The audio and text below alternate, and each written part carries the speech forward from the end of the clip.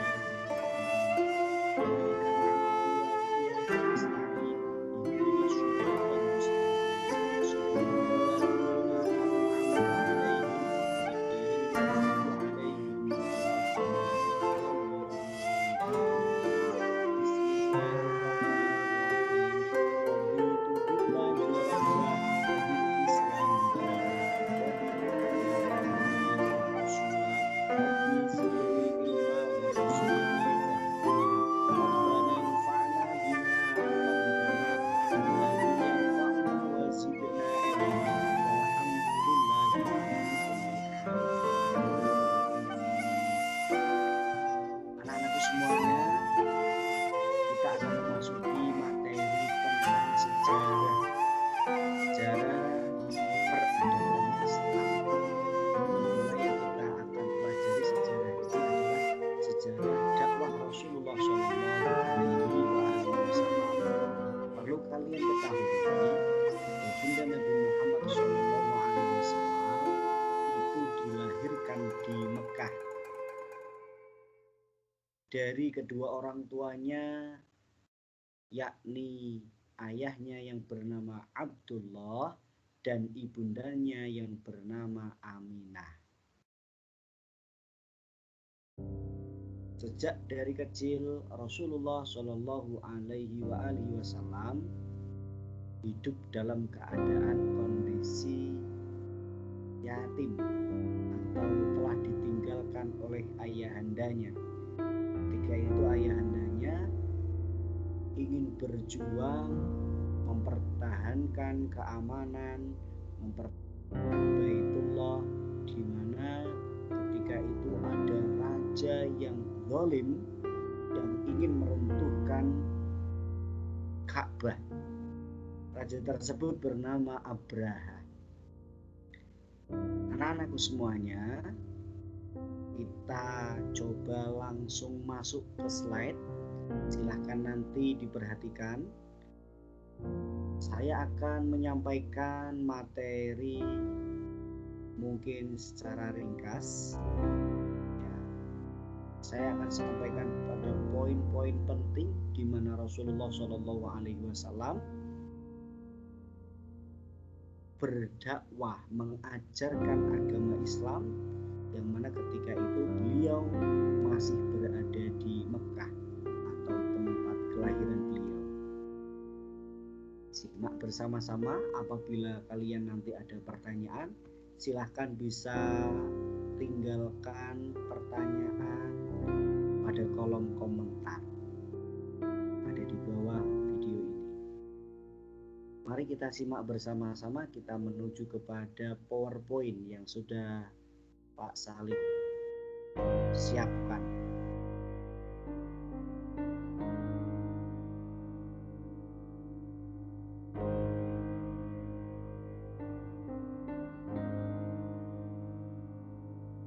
Perhatikan bersama-sama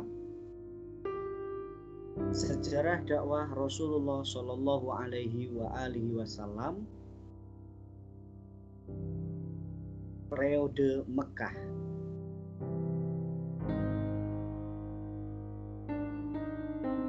Sejarah dakwah Rasulullah Shallallahu Alaihi Wasallam periode Mekah yang akan kita kupas diantaranya adalah bagaimana masyarakat Arab jahiliyah periode Mekah, pengangkatan baginda Nabi Muhammad Shallallahu Alaihi Wasallam sebagai Rasul, dan yang ketiga ajaran Islam yang Rasulullah baginda Nabi Muhammad Shallallahu Alaihi Wasallam menyampaikan di kota Mekah.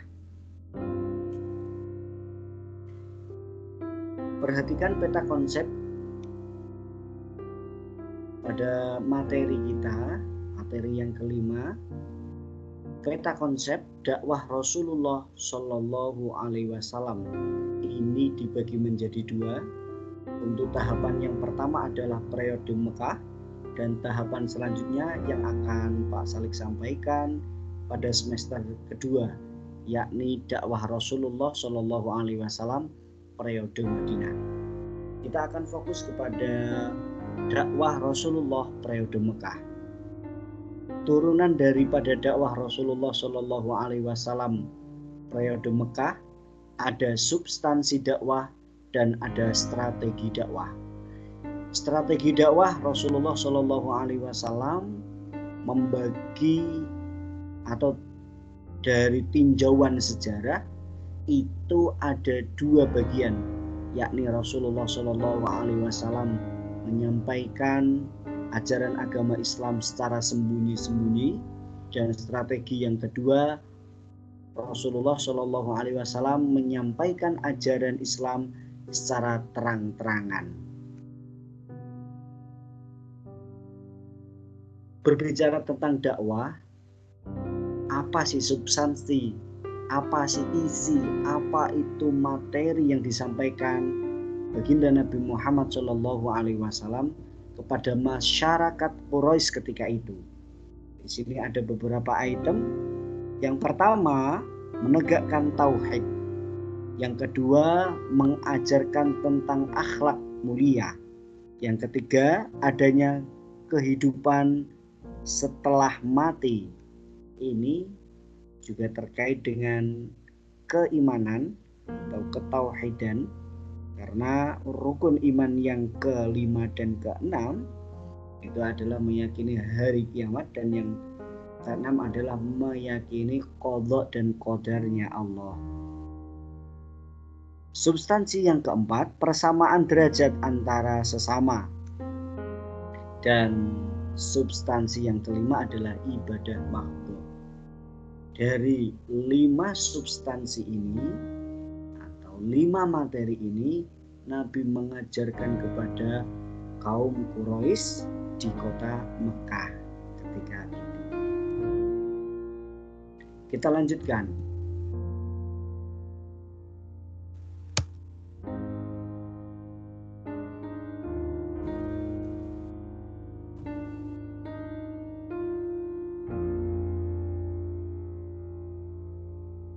Latar belakang masyarakat Mekah. Kehidupan kota Mekah tentunya termasuk kota metropolitan ketika itu, karena sebagai jalur perdagangan di semenanjung Arab. Ya, dari Madinah, Yaman, Turki, itu semuanya melewati jalur kota Mekah. Bagaimana keadaan masyarakat kota Mekah ketika baginda Nabi Muhammad SAW tinggal di Mekah? Yang pertama, masyarakat Mekah menyembah berhala. Berhala yang terkenal ketika itu ada Lata, Uzza, ada Hubal, dan ada Manar.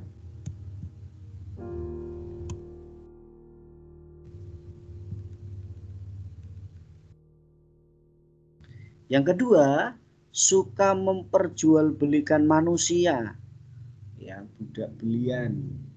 Jadi ketika itu manusia diperdagangkan untuk diambil tenaganya tanpa diupah. Masya Allah. Masya Allah, untuk tahun yang alhamdulillah sampai detik ini tahun 2020 insya Allah di Indonesia itu sudah tidak ada yang namanya perbudakan. Ya, tentunya jual beli manusia yang mana manusia itu diperas tenaga keringatnya untuk bekerja kepada tuannya tanpa imbalan apapun, itu artinya tidak memanusiakan manusia. Mereka punya akal, mereka punya tenaga, kenapa kok diperjualbelikan? Naudzubillah min dzalik. Yang ketiga, masyarakat kota Mekah ketika itu suka dengan minuman keras, berjudi, berzina, dan suka berperang. Bangsa Arab ketika itu terpecah menjadi suku-suku atau kabilah yang membanggakan suku mereka masing-masing, yang mana kemudian terjadi perpecahan, saling adu kekuatan, sukuku yang kuat, suku saya. Ketika itu termasuk salah satu golongan atau suku yang paling disegani adalah suku Quraisy. Yang kelima, kebiasaan orang Arab memberikan penghargaan berdasarkan kekuasaan, kedudukan, kekayaan, dan keturunan. Jadi kebiasaan orang Arab itu memberikan penghargaan kepada mereka yang mempunyai kekuasaan, kedudukan, kekayaan, serta mempunyai terah keturunan pejabat, mempunyai terah keturunan kerajaan, orang ternama. Maka yang berhak mendapatkan penghargaan itu adalah orang-orang tertentu yang notabene mempunyai kekuasaan, kedudukan, kekayaan, dan keturunan. Kemudian perhatikan bersama-sama penyebaran Islam di Mekah. Nabi Muhammad SAW menjadi nabi dan rasul ketika menginjak usia 40 tahun. Tentunya kalian masih ingat, yakni kurang lebih ini kalau di sini Pak Salib menyampaikan tepatnya ya, kalau di PowerPoint tepatnya malam 17 Ramadan. Ada perbedaan pendapat, ada yang di awal Ramadan ayat Al-Quran itu diturunkan, ada yang di akhir Ramadan ayat itu diturunkan, tetapi kita mengambil yakni pada malam 17 Ramadan, kurang lebih ketika itu pada tahun Masehinya adalah tanggal 6 Agustus 610 Masehi.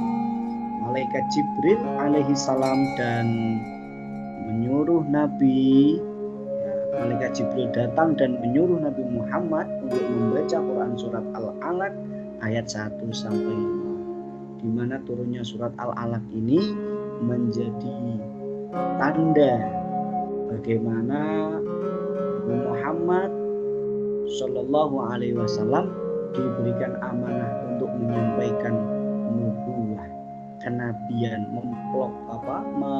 diangkat oleh Allah menjadi nabi.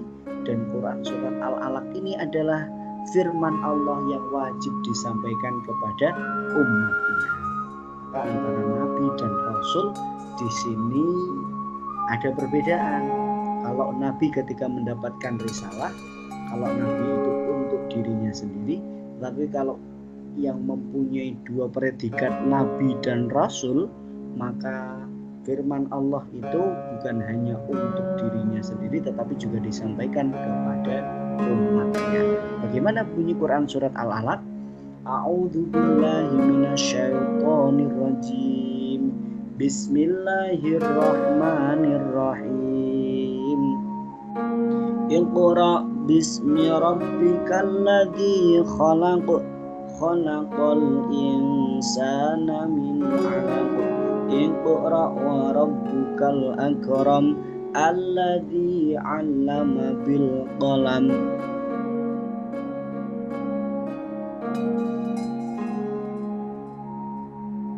Quran surat Al-Alaq ayat 1 sampai 5. Inilah wahyu pertama yang diturunkan oleh Allah Subhanahu wa Ta'ala. Dimana ketika itu kejadiannya Rasulullah Shallallahu Alaihi Wasallam berada di Gua Hira. Di Gua Hira Rasulullah bertemu langsung dengan wujud malaikat Jibril, di mana ketika itu malaikat Jibril menyerupai seorang laki-laki yang tampan, memakai baju putih serba putih, kemudian mendekati Rasulullah Shallallahu Alaihi Wasallam dengan seraya Iqra ya Muhammad, memerintahkan Nabi Muhammad untuk membaca Iqra bismi rabbikal ladzi khalaq. Tapi tidak tahu ketika itu apa yang harus dilakukan, mau kabur, mau lari, atau menuruti apa perkataan daripada malaikat Jibril. Maka ketika itu dengan kondisi tubuh yang gemetaran, malaikat Jibril kemudian seraya memeluk baginda Nabi Muhammad sambil membisikkan Iqra bismi rabbikal ladzi khalaq.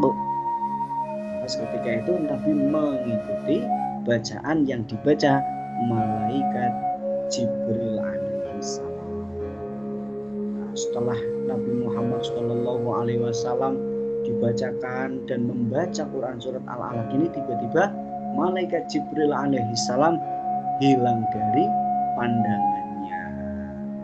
Ketika Nabi Muhammad dalam kondisi berkhalwat sendirian di Gua Hira, kemudian tiba-tiba betunduk, secara tiba-tiba datang seorang laki-laki mendekati, memeluk dan membisikkan ayat suci Al-Quran, maka Rasulullah tentunya sangat kaget sekali. Ketika itu Rasulullah langsung memutuskan untuk pulang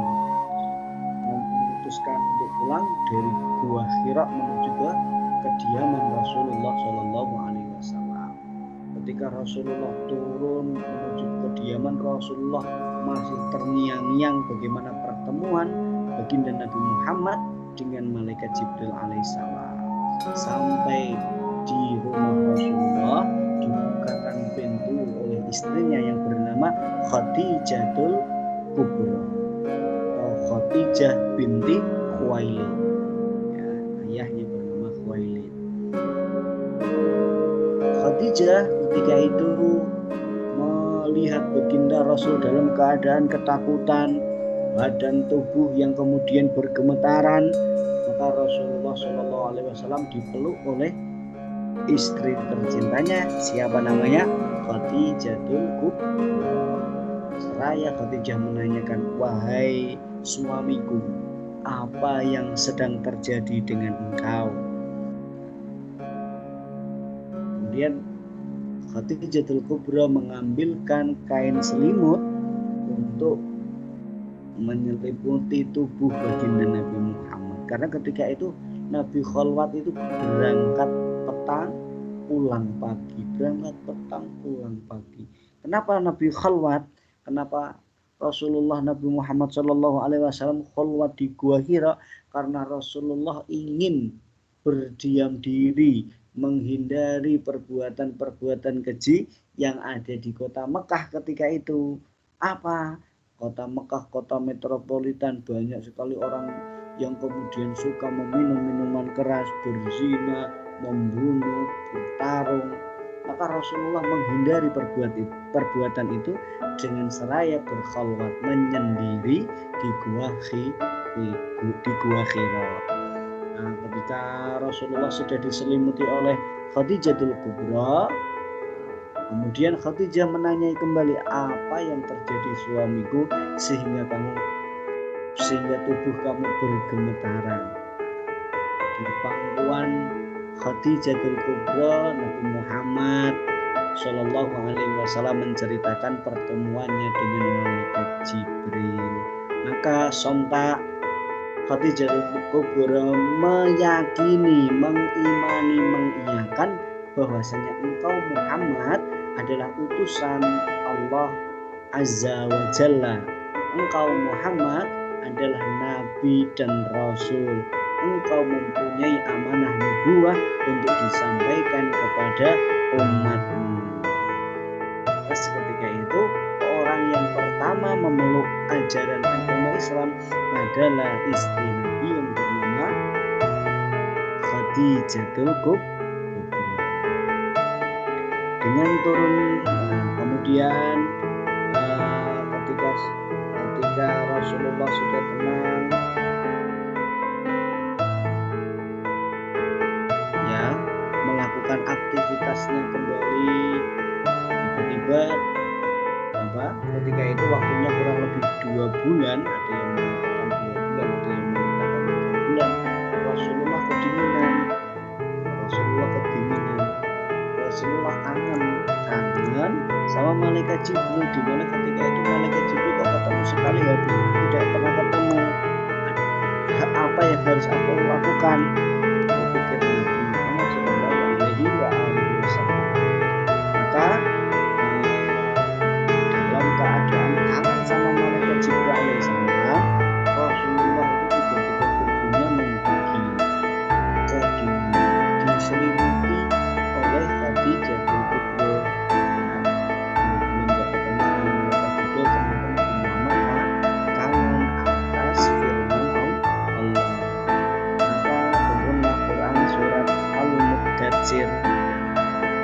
Ya ayyuhal muddatsir qum fa'anzir wa rabbaka fakabbir, dan seterusnya.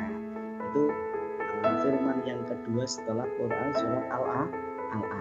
Nah, ketika itu menggigil kepingin ketemu sama orang yang menyampaikan wahyu. Saking kangennya Rasulullah kedinginan, diselimuti sama Khadijatul Kubra. Ketika Nabi berselimut, tiba-tiba ada suara yang datang, suara yang berbunyi, ya ayyuhal muddatsir, hai orang yang berselimut, qum fa'anzir, berdirilah, bangkitlah, dan berikanlah peringatan. Jadi di sini anak-anakku semuanya, tentang bagaimana Rasulullah Shallallahu Alaihi Wasallam itu menyebarkan agama Islam dari yang pertama dari siapa? Dari golongan keluarganya, istrinya. Yang kedua siapa? Yang kedua dari golongan sahabat, yaitu Abu Bakar As-Siddiq. Dari sahabat kecilnya, sahabat Abu Bakar As-Siddiq. Dari golongan anak-anak, yakni sahabat Ali bin Abi Thalib. Jadi dari kolega-kolega atau dari keluarga terdekatnya dulu Nabi memberikan peringatan. Aku diutus Allah untuk menyampaikan Iqra bismi rabbikal ladzi khalaq. Ya ayyuhal muddatsir. Itu kan cerita Nabi ketika mendapatkan wahyu yang kedua, kondisinya dalam keadaan berselimut, maka ya ayyuhal muddatsir, dan itu tidak boleh ditutup-tutupi karena firman Allah tidak boleh disembunyikan oleh Nabi dan Rasul. Ayat yang selanjutnya turun lagi Quran surat Al-Ikhlas. Ya qul huwallahu ahad Allahus samad lam yalid walam yulad walam yakul lahu kufuwan ahad. Apa arti pada Quran surat Al-Ikhlas? Qul, katakanlah wahai Muhammad, huwallah, dia Allah, hu ahad adalah esa, adalah satu, Allahus samad, Allah yang dapat memberikan pertolongan, lam yalid wa lam yulad, Allah tidak diperanakan dan diperanakan, ya. Walam yakul lahu kufuwan ahad, dan tidak ada sekutu bagi Allah. Oke, jadi substansi dakwah periode Mekah apa saja? Yang pertama, menegakkan kalimat tauhid, mengajarkan ajaran tauhid, keimanan. Rukun iman ada berapa? Ada 6. Iman kepada Allah, iman kepada iman kepada malaikat, iman kepada kitab, iman kepada Nabi dan Rasul, iman kepada hari akhir, hari kiamat, dan yang keenam iman kepada qada dan qadar, menegakkan kalimat tauhid. Maka isi daripada dakwah Rasulullah di Mekah tentang ketauhidan qul huwallahu ahad, kan? Kemudian mengajarkan akhlak mulia, Nabi mengajarkan akhlak mulia. Akhlak mulianya Nabi apa? Ketika Nabi Muhammad dakwah di Mekah, mengajarkan qul huwallahu ahad, mengajarkan al-alaq, mengajarkan ya ayyuhal mudatsir, mengajarkan ayat-ayat yang diturunkan di Mekah ketika itu, ya apa saja, ya surat-surat yang pendek itu yang berceritakan tentang isi di dalamnya berceritakan tentang keimanan, hari kiamat, hari pembalasan. Itu ayat-ayat yang menjelaskan di mana ketika itu ayat-ayat atau surat Makkiyah diturunkan di Mekah untuk menguatkan akidah, ya, mengajarkan akhlak mulia. Akhlak mulianya Nabi bentuknya bagaimana, Pak? Akhlak mulianya Nabi ketika Nabi dakwah menyampaikan ayat suci Al-Quran, dari belakang ada yang nonjok, dari samping ada yang melempari kotoran unta, dari depan ada yang kemudian menghina Muhammad, ada yang mengatakan Muhammad gila, Muhammad tidak waras, Muhammad dukun, Muhammad macam-macam. Masya Allah, na'udzubillah min dzalik. Karena ketidaktahuannya orang Arab, orang Quraisy tentang bagaimana Rasulullah menjalankan risalah kenabiannya. Nah, maka kalau yang sekarang ini di Perancis itu lagi sedang memanas masalah penghinaan Nabi Muhammad, ini juga harus disikapi juga dengan dewasa. Tidak kemudian apa itu namanya, Rasulullah Shallallahu Alaihi Wasallam itu orang yang mulia, orang yang pemaaf.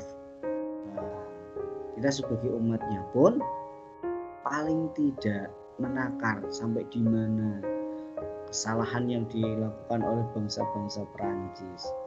Ya, jangan kemudian banyak sekali yang berdemo, memboikot, ya, memboikot perusahaan-perusahaan atau barang-barang dari Perancis. Kalau memang memboikot, diperjuangkan apa, dipikirkan secara matang terlebih dahulu bagaimana perjuangannya. Apakah hanya sekedar memboikot atau memang tidak mengkonsumsi sama sekali? Apakah yang diboikot hanya barang-barangnya saja? Apakah orang Indonesia yang ingin pergi ke Perancis juga tidak boleh? Itu bagaimana itu? Itu harus dipikirkan secara dewasa.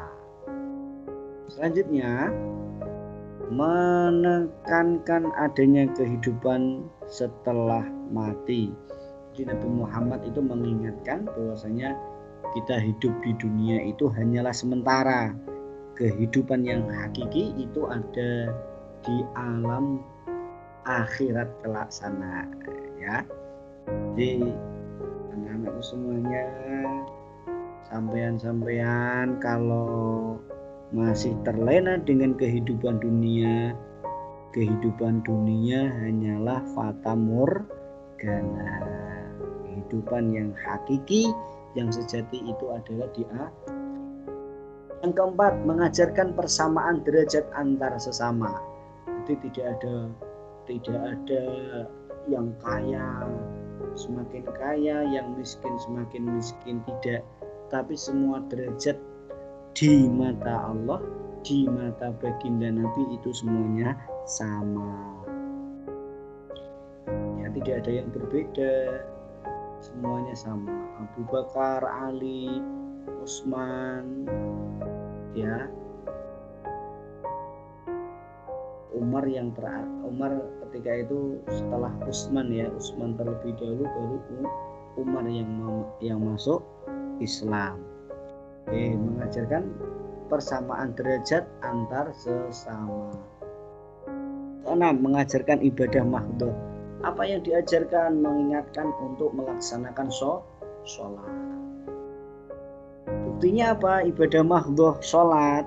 Ketika itu Rasulullah mendapatkan perintah Isra Mi'raj atau perintah sholat melalui perjalanan Isra Mi'raj, di mana ketika itu Rasulullah masih tinggal di Mekah.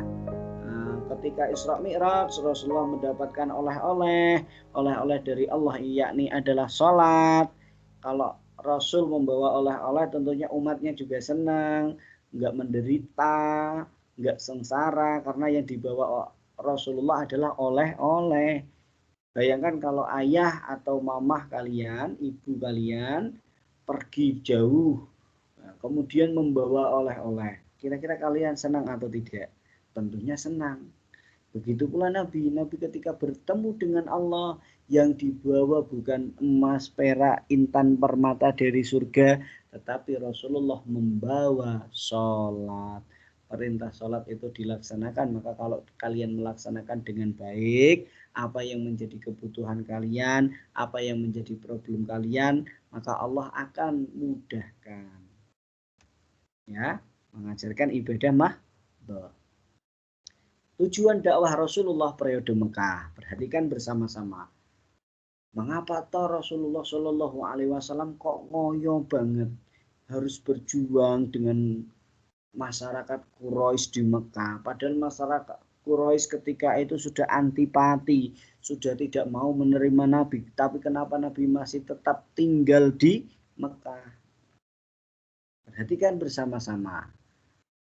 Tujuan Nabi Muhammad Shallallahu Alaihi Wasallam agar masyarakat Arab meninggalkan kejahiliannya di bidang agama, moral, dan hukum, sehingga menjadi umat yang meyakini kebenaran Rasulullah Nabi Muhammad Shallallahu Alaihi Wasallam dan ajaran Islam yang disampaikannya, kemudian mengamalkan dalam kehidupan sehari-hari. Jadi Rasulullah dakwah di kota Mekah itu tidak ingin merebut kekuasaan, jabatan, tahta, harta, tidak. Tetapi Rasulullah ingin mengenalkan, kowe melu aku, sesuk kowe bakalan mati, nek wis mati ketemu karo sing kuwasa, nek ora dipersiapke teko saiki, kita hanya terlena dengan kekuasaan, jabatan, harta, maka kita tidak akan mendapatkan apa-apa di hari akhirat nanti. Justru yang kita dapatkan adalah kebalikan dari kenikmatan yang ada di dunia, yakni apa? Ya disiksa karo malaikat penjaga neraka, malaikat Malik, malaikat Zabaniyah, na'udzubillah, summa na'udzubillah min dzalik. Nah, di sini kalau tadi kita berbicara tentang isi atau substansi atau materi, nah, bagaimana Rasulullah menyampaikan dakwahnya atau substansi dakwahnya?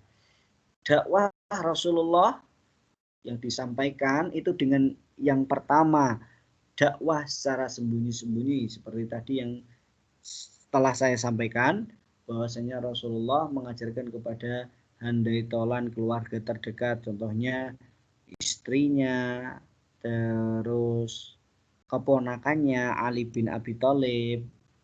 Ali bin Abi Thalib punya ayah yang bernama Abu Thalib. Abu Thalib ini yang mengasuh baginda Nabi Muhammad ketika ditinggalkan oleh kakeknya. Jadi Nabi Muhammad ketika ditinggal oleh ayahnya, yang mengasuh adalah ibundanya yang bernama Aminah, disusui oleh wanita ya Halimatus Sa'diyah dari Bani Sa'ad ya. Kemudian ketika ibunya meninggal dunia pada umur 6 tahun, Rasulullah tinggal bersama kakeknya yang bernama Abdul Muthalib. Tidak lama, dari 6 tahun sampai 8 tahun, kakeknya juga meninggal dunia, Abdul Muthalib. Diasuhlah oleh pamannya yang bernama Abu Thalib. Abu Thalib ini ayah dari Ali bin Abi Thalib. Yes.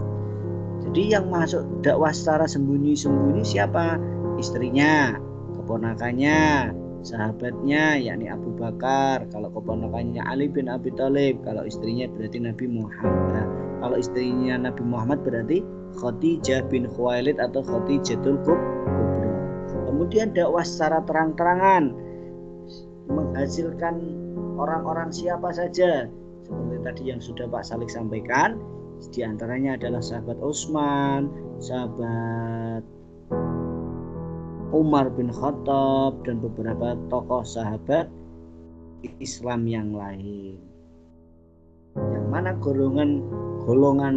dua golongan ini, dakwah secara sembunyi-sembunyi, dakwah secara terang-terangan, itu disebut dengan as-sabiqunal awwalun, orang yang pertama meyakini risalah Nabi Muhammad Sallallahu Alaihi Wasallam.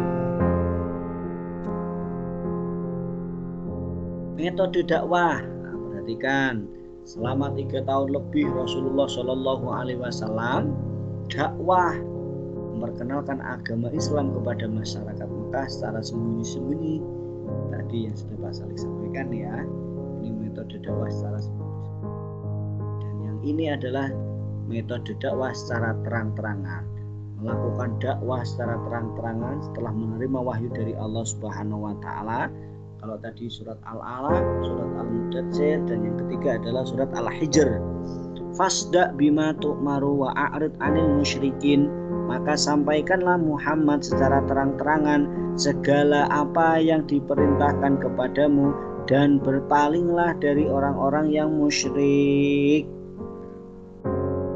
Selanjutnya, ketika Rasulullah sudah dakwah secara sembunyi-sembunyi, sudah dilakukan dakwah secara terang-terangan, juga sudah dicoba bagaimana reaksi kaum Quraisy terhadap dakwah Rasulullah di Mekah, maka orang-orang Quraisy itu ternyata marah besar. Ya, padahal Rasulullah tadi Pak Sarik sudah sampaikan tidak mengambil harta, tidak mengambil jabatan, hanya ingin mengenalkan iki lo Islam. Iki produk Gusti Allah jenenge Islam, ayo demelu. Pada gak mau, mereka pada marah pada Nabi Muhammad, menganggap Nabi Muhammad menghina nenek moyang mereka dan Tuhan mereka, yakni berhala yang disembah adalah Lata, Uzza, Hubal, Manar. Keempat, intimidasi terhadap umat Islam.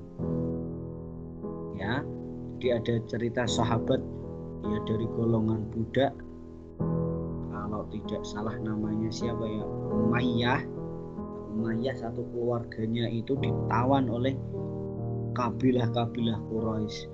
Ya, bagaimana ceritanya Bilal bin Rabah, budak hitam juga sama. Budak hitam diikat kaki tangan dalam posisi terlentang di atas, tubuhnya terdapat batu yang besar. Maka ketika siksaan itu sudah tidak kuat lagi dirasakan oleh sahabat Bilal, apa yang dibaca sahabat Bilal? Ahadun, ahad, ahad, ahad, yang Maha Esa, yang Maha Esa, yang Maha Esa, yakni Allah Subhanahu wa taala. Sahabat Umayyah juga demikian, ayah ibu ditawan, diikat karena ketika itu belum ada gedung, maka diikatnya itu di padang pasir. Di padang pasir ternyata bukan hanya sekedar ikat diterlentangkan, tidak, ternyata salah satunya ujian yang dialami oleh sahabat Umayyah ya, itu diantaranya di depan matanya dia menyaksikan ibunya dizalimi, disakiti, bahkan dibunuh ya. Termasuk yang kedua, ayahnya setelah ibunya meninggal, maka ayahnya pun juga sama. Ayah dan ibu yang meninggal itu mereka mati dalam keadaan syahid mempertahankan ajaran agama Islam. Kemudian memaksa budak-budak yang telah masuk Islam untuk kembali menyembah berhala. Penganiayaan terhadap orang-orang yang hijrah ke Habasyah. Ya, jadi ada negara yang bernama Habasyah ketika itu yang dipimpin oleh, kalau sekarang kita ngomong presiden atau pemimpin negaranya itu dari kaum Nasrani. Tapi karena kaum Nasrani itu sudah tahu kenabiannya Nabi Muhammad SAW, mereka menerima, welcome. kepada umatnya Nabi Muhammad yang hijrah ke Habasyah. Apakah Rasulullah tidak mengikuti hijrah ke Habasyah? Rasulullah masih mengikuti. Rasulullah memerintahkan kepada umat-umatnya biar tidak tersakiti, biar tidak terzolimi lagi dengan orang-orang Quraisy yang suka membunuh, menyakiti, mendolimi. Na'udzubillah, tsumma na'udzubillah min dzalik. Oke, sampai di sini reaksi kaum Quraisy terhadap dakwah. Alhamdulillah, materi kita telah selesai, anak-anakku semuanya. Jika kalian ada pertanyaan yang ingin ditanyakan, silahkan kalian bisa meninggalkan komentar atau meninggalkan pertanyaan pada kolom komentar yang sudah ada di bawah video ini. Saya kira itu dulu yang dapat Pak Salih sampaikan. Mari kita membaca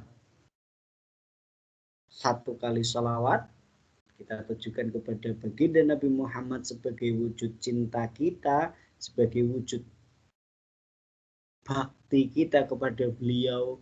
Dan semoga ketika kita membaca sholawat, Nabi Muhammad melihat, Nabi Muhammad mendengar, dan tentunya Nabi Muhammad SAW ketika di yaumil akhir nanti ingat kepada umatnya, yakni kita umat Islam yang menjadi kebanggaan baginda Nabi Muhammad SAW. Allahumma sholli ala Muhammad ya Rabbi sholli alaihi wasallim. Oke, terima kasih anak-anakku semuanya telah memperhatikan pembelajaran kita pada hari ini. Mari kita tutup dan kita akhiri dengan membaca doa kafaratul majlis. Bismillahirrahmanirrahim. Subhanakallahumma wa bihamdika asyhadu an la ilaha illa anta astaghfiruka wa atubu ilaik. Wal afu minkum innalikum assalamah. Assalamualaikum warahmatullahi wabarakatuh. Sampai berjumpa lagi. Allahumma shalli ala sayyidina Muhammad.